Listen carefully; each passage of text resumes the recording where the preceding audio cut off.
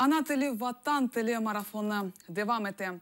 Seyircilerimizge ise şunu hatırlatmak isteyim. Siz de sohbetimizge hoşulabilirsiniz. Telefon açınız. Sizin suallarınızı bizler bekleyimiz. Bundan da gayrı ATR saytında sorav geçirli. Yani Rusya işgali çerçevesinde Kırım Tatarlarının ana tili akları bozula mı ya da yok? Meni seni betteki misafirimizni tanış etmek isteyim. Milli Meclis Reisi Rifat Ağa Çubarov. Hoş geldiniz Rifat Ağa studiyamızga. Rifat Ağa, sizin fikrinizge göre tilimizin bugünkü vaziyeti nasıl aldı? Burada hiçbir şey bile gizlemeye gereği yok. Yazıklar olsun, dilimizin durumu çok bile ağır şekilde, ama aynı zamanda oyunu söylemeye gerek ki bu 23 sene devamında bütün dilimizi korçalamaya, dilimizi yeniden tiklemeye, böyle kendi isimlerini koşkan insanların böyle yardımıyla dilimiz bazıları ne kadar böyle ölüm şeklinde demiş olsalar da, ama dilimiz canlanmaya böyle başlamış idi. Ve en önemli böyle hisseler Kırım'da ATR, Meydan, ondan sonra Lale Bala televizyon kanalı peyda olgan son dilimiz böyle her gün böyle iyileştiğini hepimiz görmeye başladık. İşte bunu söylemeye isteyeyim ki ne kadar ağır durumda olsa da, ama bu ölüm uçurum yanından bile biz dilimizi böyle tıkaran uzaklaştırdık ve Allah'a şükür dilimiz hiçbir vakit ölmez. Gururlanıp ana vatanımızda dilimiz orada esas dil olur. Rifat Ağa, bakınız, şimdi işgalci hakimiyet tilimizni uç devlet dillerinden biri olarak tanıdı. Kırım'da tilimizin devlet seviyesinde kullanmaya fırsat var mı? Şimdi bunu böyle söylemeye gerek. İlan edilmesi, status verilmesi, eğer ondan sonra bu çalışmalar bu statusunu yerine getirmek için çalışmalar alıp varılmasa ya da fırsatlar verilmesi, o vakit bu statusunu öyle anlamak gerek ki aldatmak için, hem Kırım Tatarlarını aldatmak için hem dünyanı aldatmak için böyle yapılmış gibi korunan. Bunu söylediğim vakit ben oradaki Kırım'da 2 sene Ruslar işgal ettiğinden sonra 2 senedeki olgan denişmelere esaslanam. Ben bunu bir kere anlatmış idim. Misal için Akmetçi şehrinde 42. ana Kırım Tatar tilindeki olgan okulumuzda geçen senenin sentyabr ayında 5 tane birinci sınıflar açılmış idi. Onların içinden diyeceğim Kırım Tatar tilinde bütün okuluşunu alıp baran mektepte 5 tane birinci sınıf açılar. Anlaşıldı ki onlar hepsi Kırım Tatar tilinde oluşu gerekirdi.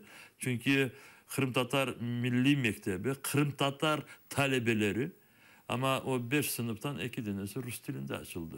Diyeceğim onlar yavaş yavaş bizim dilimizi orada becerdiğimiz yerinde bile basıp ayak dibine almaya isterler.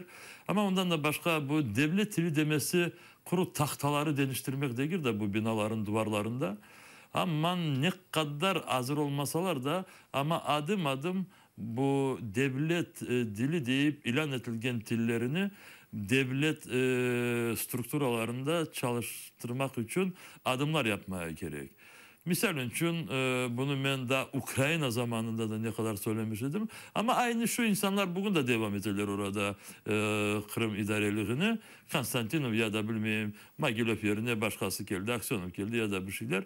Misal için oradaki bu vekiller toplanan yerde toplantılarda Kırım Tatar dilinde çıkışı yapmak için orada tercüme gerek, kulaklar gerek ya da Ukrayna dilinde.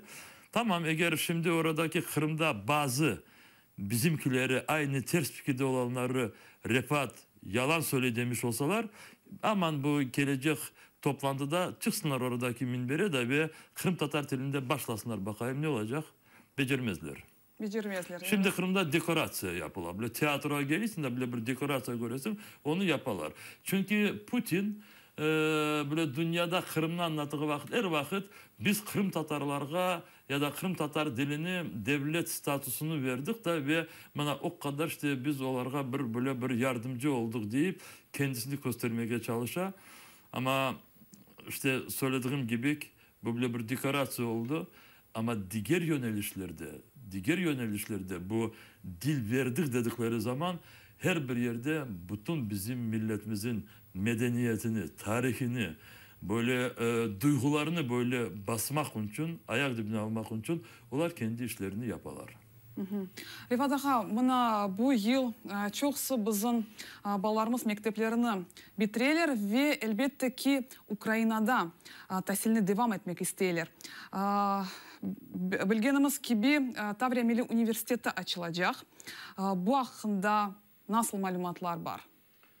Şimdi böyle söylemeye olabilirim.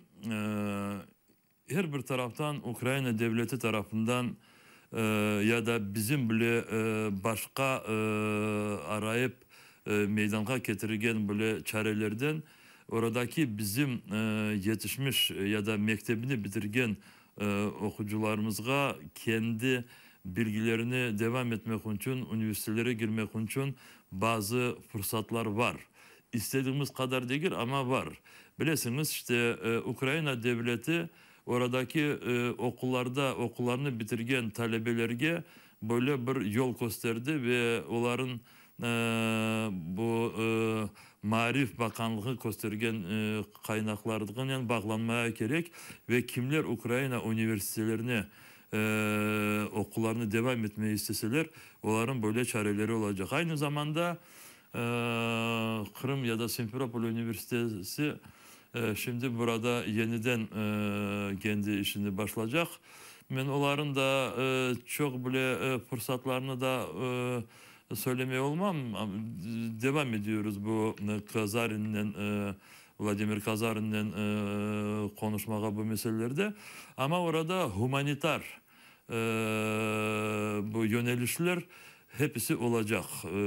Tabiat ve matematik, fizik olar olmaz. Ondan da sonra sonki konuşmamızda Türkiye Başbakanı'nın Ahmet Davutoğlu'nun konuştuğumuz vakit dedi ki Türkiye'deki üniversiteler istediğimiz kadar bizler Kırım'dan talebeleri almaya hazırmız. Ama bunu söylediğini ona getirmeye gerek ki hazır olan insanlarımız. Elbette okulda böyle boş okuyup da şimdi ben varıp Türkiye Üniversitesi'ne gireceğim deseler biz onlara çok zor olur, olmazlar. O sebepten biz geçen hafta meclisimizde burada toplantı geçirdik ve yakın zamanlarda biz bunu matbuatlarda ya da sosyal bağlarda açıklayacak. Hepsi kimler Ukrayna'da ya da diğer ülkelerde okumaya niyetleri var. Tez buradaki Kırım Tatar Milli Meclis temsilciliğinde Sinaver Kadırov'ke aman haber versinler. Ve biz o her bir böyle isteği olan Kırım'daki talebelerine biz ayrıca çalışacak ve onlara yardımcı olacak. Rifat ağa, men şimdi sizge öyle bilesiz, şahsi bir sual bermek isteyim. Yani bizim Kırım Tatar siyasetçilerimiz pek yaxşı ana tilimizde laf etmi. Ama siz o kadar serbest laf etesiniz. Kaydan öyle öğrendiniz yaxşı ana tilimizde laf etmege? Benim yaşlarım endi Allah'a şükür 60'a yakınlaşa ve bizim nesil hepimiz ana babalarımızdan öğrendik. Şimdi kurum mendekir de ben söylediğim vakit yüzlerine insanlar diyecekler, benimki de aynıydı diyecekler. Biz mektebe vardığımız vakit birinci sınıfa hiç başka bir dil bilmez edik. Ben Samarkand'da başladım okulunu ve birinci sınıfa vardığım vakit Rusça bir iki kelime bilirdim. Rus mektebine ben hatırlayayım. Korantamızda böyle bir diskusya da olmuş idi. Anam babam laf ettiler benim yanımda. Belki benim için öyle terbiye gibi bilmeyeyim. Çünkü ben varacak mektepte aynı zamanda iki dilde okul çalışıyordu. Rus ve Uzbek dilinde. Son babam dedi Uzbek dilini böyle de öğrenir Uzbekistan'da dedi. Rus dilini öğrensin bala dedi. Son beni işte bu Rus yönelişine verdiler. O zaman ama evimizde bu gerçekten de anam Rusça bilmeyi ve anam yanında biz laf etmeyiz. Kırım'a göçen son bazı tükarancık anlamaya başladı anam Rusça. Biz Kırım'da 68. seneden beri yaşayıq. Ama bu vakticek anam böyle Rusça laf etmeyi becermez. Ve anam Rusça laf etmese balları nasıl laf edecek Rusça? Demek ki nasılsa erşi Kurantadan başlanam. Rifat ağa, biz şimdi bir çok gayretler yapamaz. Yani Kırım'ını Ukrayna erkanına kaytarmak için. Galibeler inşallah olur, biz kaytarmız ve kendiniz biraz hayal ettik. Bundan sonra tilimizin geleceği ve inkişafı nasıl olabilir? Şimdi bakınız, bazı bu siyasi diskusiyalara çok girmeyeyim de ama bazıları Kırım'da diğer yoldan, diğer yolga çevrilgen insanlarımız böyle çeşit yerlerde bize bir türlü bile narazılık gösterirler, şikayet gibi. Deyirler ki bunların bütün yapkan maksatları Kırım'ı Ukrayna'ya kaytarmak, milletini düşünmeyler, bir şey düşünmeyler. Bana biz ise işte hepsi kendi vatanında yaşasın ve Kırım nasıl devletin içinde olsa da olsun da ama bizim istediklerimiz, bizim niyetlerimiz yerine gelsin. Bir taraftan bile düşündüğüm vakit gerçekten de bile bir logika var. Çünkü hepsi kendi vatanında, kendi toprağında yaşayışı gerek. Ve hepsi oradaki bütün şartlarını bile yaraştırmaya tırışışı gerek. Ama burada bazı arkadaşlarımız bile bir aynacılık gösterirler. Çünkü burada bu esas Ukrayna'daki yaşayan hiçbir Kırım Tatarı kendi isteğinin o Kırım'dan, ana vatandan gitmedi, çıkmadı oradan.